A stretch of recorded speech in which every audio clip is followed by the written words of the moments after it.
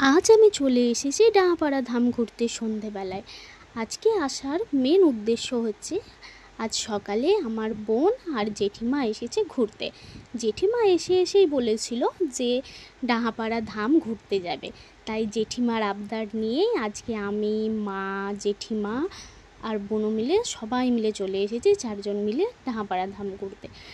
দিনের বেলায় আসার প্রোগ্রাম ছিল, কিন্তু মা যেহেতু দিনের বেলায় রান্না করা নিয়ে একটু ব্যস্ত ছিল, সেই জন্য মা বলল যে সন্ধেবেলায় যাব, সন্ধেবেলায় গেলে সন্ধ্যা আরতি কীর্তন দুটোই হয়, গিয়ে দেখতে পাবো।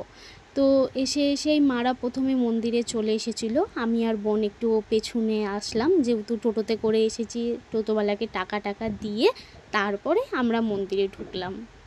মন্দিরে ঢুকে দেখি মা আর জেঠিমা যেখানে কীর্তন হচ্ছিল সেখানে গিয়ে বসে পড়েছে। আমরা আসার আগে থেকেই কীর্তন শুরু হয়ে গিয়েছে। আমি এসে মা আর জেঠিমার সাথে দেখা করে নিলাম। মা বারবার বলছিল যা গিয়ে প্রণামটা সেরে আয়। আমি যাই, গিয়ে প্রণাম করে মাদের কাছে আবার চলে আসি। যেহেতু আমরা বেশিক্ষণ এখানে থাকবো না, আমাদের ফিরে যেতে হবে, রাত হয়ে গেলে এখান থেকে টোটো পাওয়ার একটু সমস্যা থাকে, সেই জন্য তাড়াতাড়ি চলে যাব আমরা। তোমরাও যারা মাঝে সাঝে এখানে এসেছো ঘুরতে বা আসো, একটা জিনিস হয়তো খেয়াল করে হবে যে জায়গাটা এতটাই শান্তিপূর্ণ, আসলেই যেন মনটা অনেক ভালো হয়ে যায়।